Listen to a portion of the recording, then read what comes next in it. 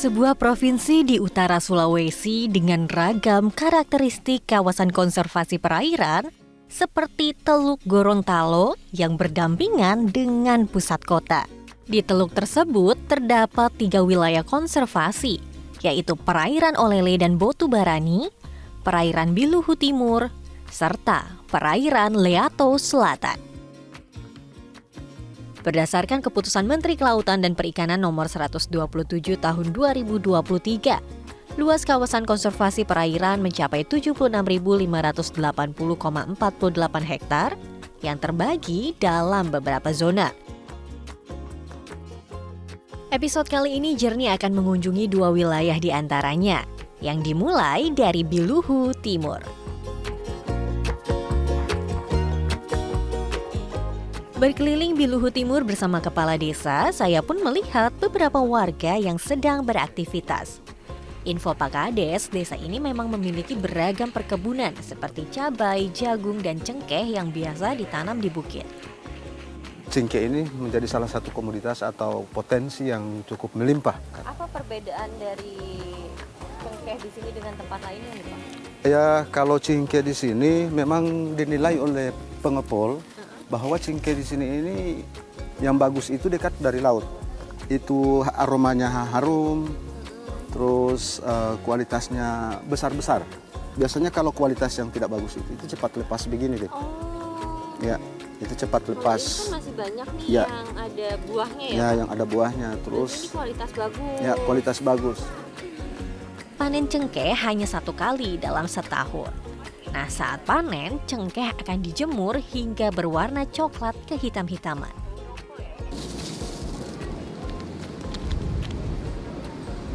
Wah, harum banget.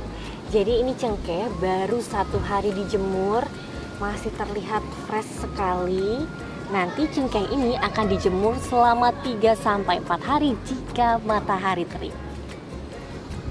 Wah, wangi banget. Tepat di depan rumah warga, terdapat warisan geologi Biluhu Timur. Inilah ring atol yang terbentuk dari erupsi gunung berapi bawah laut. Tumpukan lava yang dihasilkan akan membentuk terumbu karang. Pembentukan pulau atol ini memakan waktu yang sangat lama, yaitu sekitar 30 juta tahun loh, travelers. Sejauh ini ring atol Biluhu Timur dengan kedalaman 20 hingga 23 meter telah diteliti dan sedang dalam proses pengajuan Geopark Nasional. Biluhu Timur memiliki luas konservasi sekitar 30 hektar dengan keanekaragaman hayati bawah laut dan juga padang lamun. Saya pun melihat di tepi pantai Biluhu Timur memang langsung terlihat padang lamun yang luasnya mencapai 1 hektar loh, travelers. Laut Indonesia saat ini baru terpetakan sekitar 20% saja. Ini 5 tahun ke depan ini kita akan gerakan Blue Economy sebagai afirmasi program nasional, Mbak. Jadi laut ini potensi luar biasa untuk Indonesia ke depan sebagai sumber pertumbuhan ekonomi. Kita namakan Blue Economy dari hasil tangkap, budidaya, pengolahannya, dan bahkan ada kegiatan-kegiatan yang nanti kita sebutkan bioprospecting laut, Mbak. Jadi bagaimana dari misalnya lamun ini kita teliti, bisa jadi apa nih? Bisa jadi kosmetika atau bisa jadi obat. Lamun memiliki fungsi yang luar biasa loh, travelers. Kemampuan padang lamun menyerap karbon dioksida atau CO2 jauh lebih baik dibandingkan vegetasi apapun di daratan. Dalam tiap hektar, padang lamun mampu menyerap karbon hingga 6,59 ton per tahun. Mas Rolis, ini kan kita jalan sedikit aja dari pantai udah langsung terlihat ya lamunnya. Bentuk pengelolaan yang dilakukan oleh kelompok masyarakat pengawas? Lamun yang ada di sini selalu kita ukur dan kita selalu berikan edukasi terhadap masyarakat bahwa ini perlu dijaga. Akan dilihat bentuk pertumbuhannya akan bertambah atau dia tiap tahunnya mau berkurang karena ekosistem air biasanya dia dapat berpengaruh terhadap pertumbuhan. Alhamdulillah dengan sampai 2024 lamunnya tetap bertambah semakin dengan baik gitu. Iya. Berarti menunjukkan bahwa laut di sini sehat juga. Iya. Lamun juga ternyata memiliki 3 fungsi ekologi, yaitu spawning ground, nursery ground, dan feeding ground. Jadi Lamun ini memiliki beberapa fungsi baik fisik ataupun ekologi. Kalau misalnya dari fisik, jadi itu di tengah laut kan ada terumbu karang. Terumbu karang itu sudah memecahkan ombak. Nah, Lamun ini sebagai penyambungnya lagi. Jadi ketika ombak sudah terpecah dari terumbu karang, lalu ada lamun di sini sehingga air yang menuju ke daratan itu lebih tenang. Bagi wisatawan yang ingin menyelam, Anda juga akan menemukan ragam biota laut dan yang pastinya terumbu karang yang hanya ada di Gorontalo, yaitu Salvador Dali. Tapi kali ini aku akan mencoba menyelam di lokasi lain. Menutup hari di Biluhu Timur, saya akan bersantai saja di sebuah penginapan yang langsung mengarah ke laut dengan latar belakang tebing yang menjulang tinggi.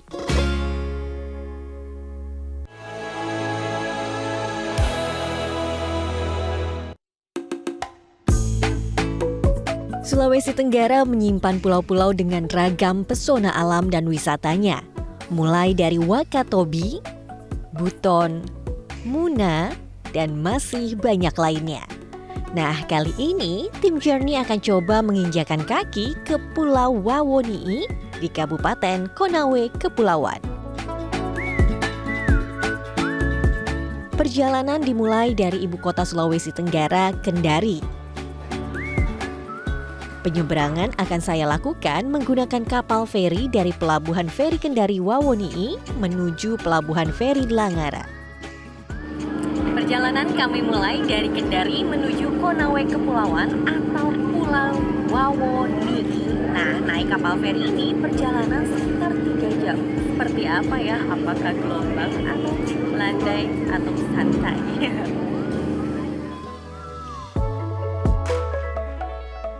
Jika gelombang laut sedang tinggi, maka waktu tempuh penyeberangan bisa mencapai 4 jam ya, travelers.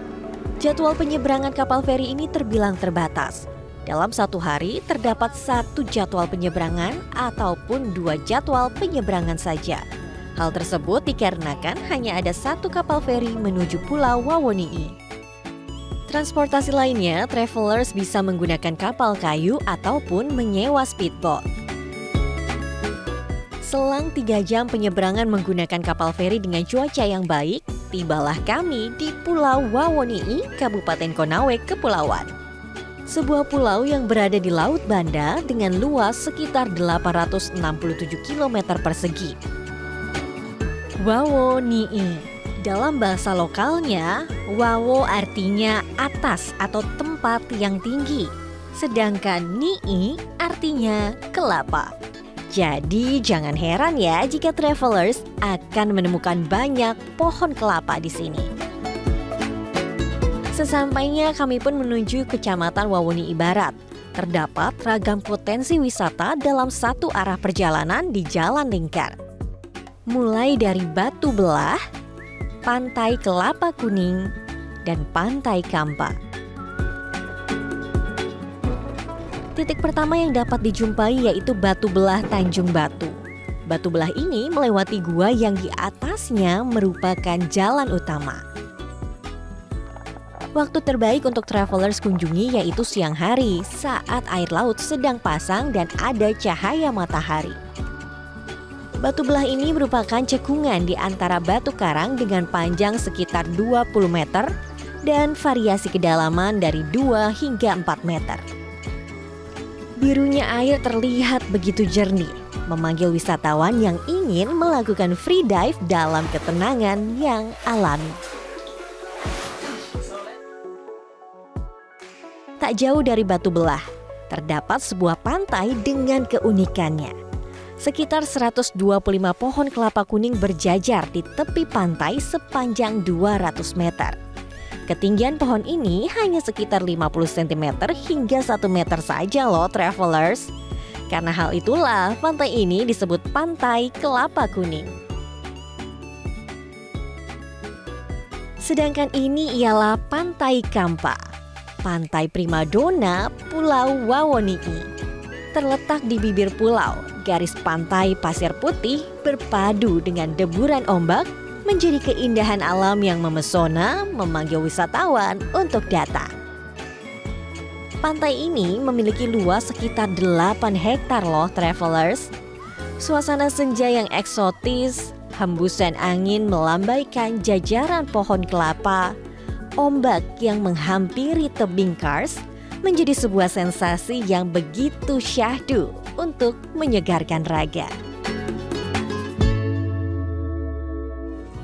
Beralih ke wilayah Wawoni'i Tenggara. Di sini hamparan pasir putih, tebing kars dan jajaran pohon kelapa lagi-lagi menjadi wisata yang menarik. Berarti banyak ya Pak pilihan wisata pantai di Konawe Banyak, Kepulauan. tapi selain itu juga di Pulau Wawoni'i ini ada kesenian silat tradisional. Nah, itu Mbak Minanti harus menyaksikan nanti. Oke, berarti ada seni, ada budaya yang terkandung di sini ya. Kalau wisata yang khusus, minat khusus atau agak ekstrim di sini ada lagi nggak Pak? Nah, kalau ekstrim biasanya itu mereka suka trekking di sini, masuk ke dalam hutan, melihat berbagai flora yang ada di hutan-hutan, juga ada fauna di sini. Kalau saya perhatikan memang beberapa bagian itu memiliki burung yang cantik-cantik dan endemik di Pulau Sulawesi. Berarti apapun juga bisa ditemukan di sini ya Pak? Banyak. Jadi karena Pulau Wawoni'i ini memang belum begitu dikenal oleh banyak orang, memang menjadi salah satu pilihan yang menarik sekali untuk dieksplorasi. Tak jauh dari pantai Nambojaya, saya pun mencoba ke pantai Pu'u Esa. Namun, travelers harus melakukan trekking terlebih dahulu sekitar 15 menit dengan kondisi berjalan di atas bongkahan batu kars.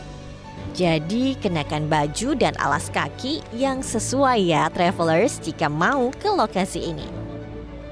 Saat memasuki hutan, ternyata beberapa kali saya pun harus naik turun bagian kars yang masih tinggi-tinggi nih travelers. Kira-kira lompat atau bagaimana untuk turun ya? Terus gini, mundur. Turun di sini dulu. Balik ke belakang. Nah, pegangan ini, yang besar ini. Terus pindah lagi ke situ. Karakter kars yang tajam membuat saya harus berhati-hati untuk turun dari tebing dengan ketinggian sekitar 2 meter ini. Pasir putih dan satu batu tebing yang berada di tengah bibir pantai menarik perhatian saya. Menikmati udara sejuk, deburan ombak. Jadi private beach ini pilihan tepat bagi wisatawan yang mau ke Konawe Kepulauan. Bebas mau datang kapan aja, mau airnya surut ataupun pasang. Tapi enaknya kalau misalnya pasang, wisatawan bisa langsung snorkeling. Kalau sekarang kan lagi surut, jadi kalau mau snorkeling pun harus cari titik tertentu. Tapi menariknya nih di depan saya nih ada kayak kapal atau nelayan lagi mencari ikan. Nah di sana itu ada pantai namanya Tengkera. Bedanya di sini ada tebing di tengah-tengah, tapi kalau di sana tuh pasir putih panjang dengan latar belakang pohon kelapa. Lalu di samping tebingnya lagi ada lagi pantai di sebuah kampung namanya Nambojaya. Jadi banyak kan pilihan destinasi pantai di sini.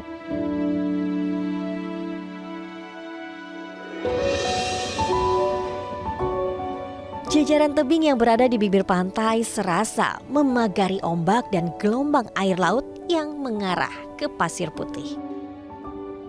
Saya pun merasa lebih aman.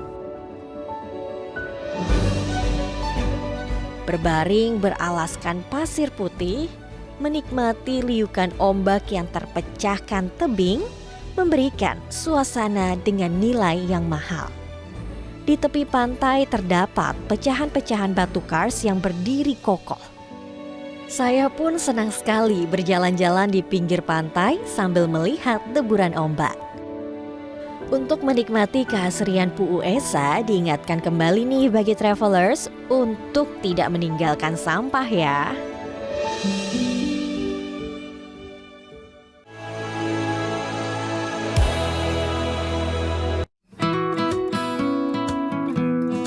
Julukan negeri seribu gua jatuh kepada Buton Tengah, Sulawesi Tenggara. Ragam gua memiliki keunikan dan karakternya. Seperti Gua Ko di Desa Lantongau. Gua vertikal ini memiliki kolam di tengahnya dengan keindahan air yang begitu jernih. Saya pun ditemani anak-anak setempat untuk turun ke bawah. Ketinggian gua ini sekitar 30 meter dengan pintu masuk yang terbuka. Selama turun ke gua, sekitaran kami ialah tumbuhan merambat. Medannya pun cukup curam, sehingga travelers harus berhati-hati jika ke lokasi ini. Tak lama kami pun sampai di tepi mata air. Waktu yang tepat ke lokasi ini yaitu sekitar pukul 10 hingga 12 siang saat matahari menyinari area gua ini, sehingga mata air terlihat seperti cermin. Namun karena masih pagi, saya melihat mata air dengan corak yang lebih gelap. Wah, gua aku ini bagus banget. Airnya juga jernih. Jadi luas gua ini sekitar 200 meter. Untuk mata airnya itu sekitar 80 meter dengan kedalaman 8 meter. Tapi setiap wisatawan yang kesini tidak diperbolehkan untuk berenang karena di sini ada mesin, jadi airnya diambil untuk sumber air bagi warga-warga sekitar sini. Gradasi warna air nan cantik membuat gua ini berkarakter. Melihat ke arah langit-langit, gua ini dipenuhi dengan stalaktit. Tetesan air pun masih mengalir, jatuh ke atas permukaan kolam.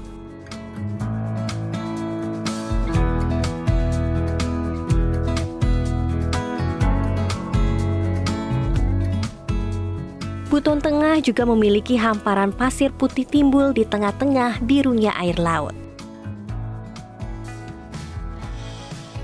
Untuk menuju ke Pasir Timbul, saya harus menggunakan perahu dari Kampung Nelayan Mawasangka selama sekitar 10 menit saja.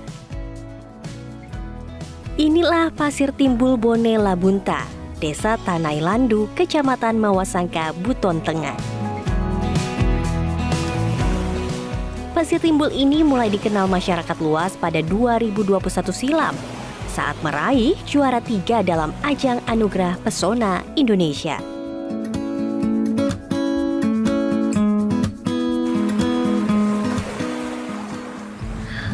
Di Indonesia tuh banyak sekali pasir timbul. Salah satunya di Sulawesi Tenggara, lebih tepatnya di Pulau Muna.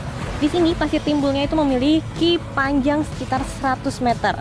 Waktu terbaik untuk kesini pagi sampai siang hari karena airnya masih surut. Seperti, belakang saya saat ini sudah agak pasang sedikit.